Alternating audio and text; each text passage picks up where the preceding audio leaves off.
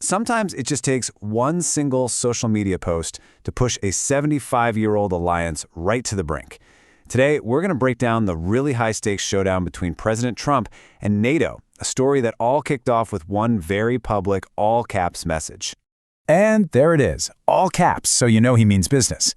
This post from President Trump is pretty explosive, making a really stunning claim. But here's the thing you've got to understand. The timing of this post is everything. This was not some random thought, it was a direct shot fired right after a critical meeting had just ended. Right. So this post, it dropped right after that really important meeting at the White House, a meeting that the other guy in the room called very frank. So, let's step behind those closed doors and figure out what was actually said. So what was the flashpoint? Well, it was a private meeting between two really big players, U.S. President Donald Trump and the head of NATO, Secretary General Mark Rutte. And you can bet the future of the entire alliance was on the table. In the world of diplomacy, when someone calls a meeting very frank and very open, yeah, that's code. It's basically code for some serious head-to-head disagreements. Rutte's choice of words gives us a pretty clear picture of a tense, maybe even confrontational conversation. Okay, so what on earth was said in that room to trigger such a fiery response? Let's take a look inside those White House talks to really get what was at stake. Get this, Rutte was in the White House for over 2 hours. That's a long time. It tells you this wasn't just some friendly check-in or a quick photo op. No, this was a critical mission. And what was that mission? Simple. To try and convince President Trump that sticking with NATO is actually in America's best interest. That was the whole ball game for that 2-hour meeting. All right, to really get what's going on here, you have to understand the White House's side of things first. Let's break down their specific case against the alliance. And here's the official line coming straight from the president's press secretary. The White House's take is that when it came to the Iran war, NATO was put to the test, and they failed. It doesn't get much more blunt than that. And they didn't just leave it at failure. They got specific. They said NATO turned their backs on the U.S., that they didn't show up for Operation Epic Fury, and that they wouldn't help reopen the Strait of Hormuz. And, this wasn't just about Iran. They also brought up old frustrations, like that whole issue with Greenland a few years back.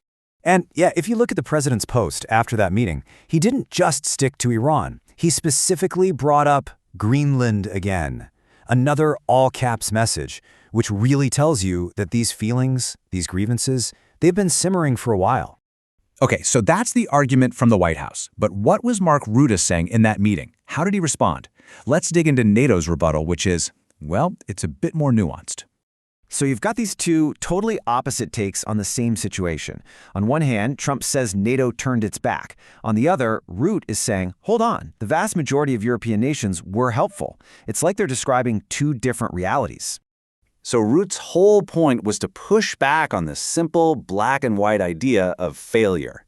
He argued that the reality was way more complicated. It was a nuanced picture, as he called it. And he didn't just say that. He came with receipts. He pointed to 3 very specific, very concrete ways European allies did help.